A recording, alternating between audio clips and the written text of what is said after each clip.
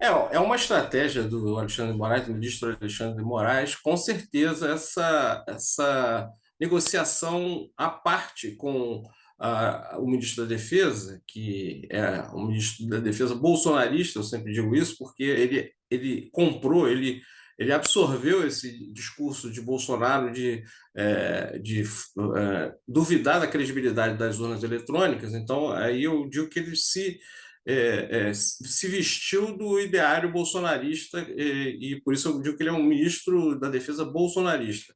Então, para lidar com um ministro que está numa pasta tão delicada e que faz uma campanha tão aberta contra as urnas eletrônicas, o Alexandre de Moraes resolveu fazer uma negociação na verdade, o Paulo Sérgio Nogueira chegou num ponto difícil de retornar. Ele atacou tanto a credibilidade das urnas eletrônicas, isso não fez efeito, a sociedade continuou confiando nas urnas eletrônicas, todas as pesquisas mostram, as entidades, as instituições, empresários mostraram que confiam nas urnas eletrônicas, então manter essa postura até o final seria.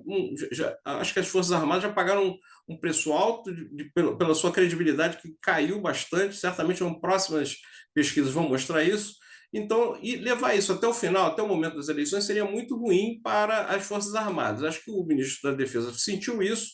E essa conversa com Alexandre de Moraes, nessa conversa com Alexandre de Moraes, eles certamente devem ter achado uma forma de o ministro voltar atrás nesse discurso, que seria dar uma ideia de que houve um recuo também do TSE.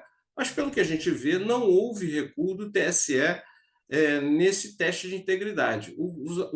A informação de que as Forças Armadas teriam acesso a dados, um acesso privilegiado a dados que outras entidades fiscalizadoras não teriam, o TSE negou. Então, as Forças Armadas terão acesso aos dados que qualquer indivíduo, qualquer cidadão poderá ter.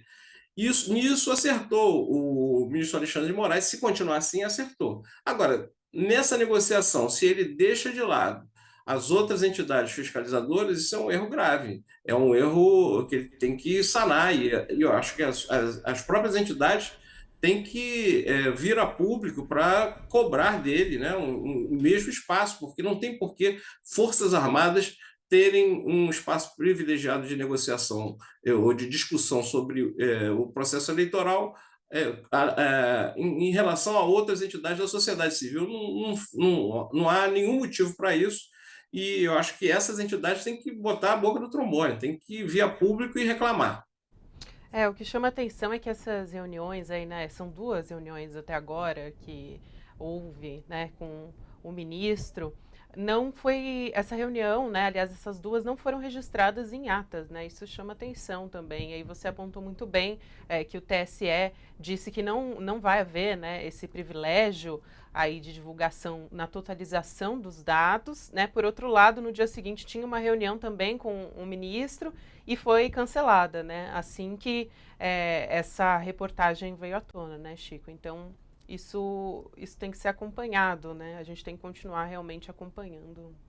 Pois é, essa reunião sendo cancelada indica que Moraes ficou insatisfeito, isso está na cara, né? Ficou insatisfeito com essa versão disseminada, e me parece, próprio por pessoas de dentro do Ministério da Defesa ou ligadas às Forças Armadas, de que eles teriam esse acesso privilegiado aos dados. Então, Moraes, ao cancelar essa reunião de hoje, mostra a sua irritação com essa informação. Não há acesso ao privilegiado aos dados das urnas. Ok, isso está certo. Agora, essa discussão privilegiada com as Forças Armadas, em detrimento de outras entidades fiscalizadoras, continua sendo um problema. Vamos repetir.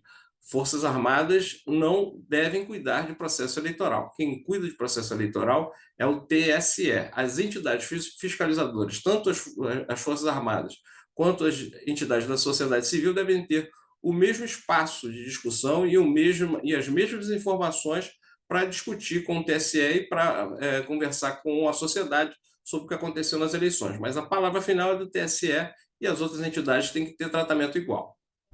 É isso.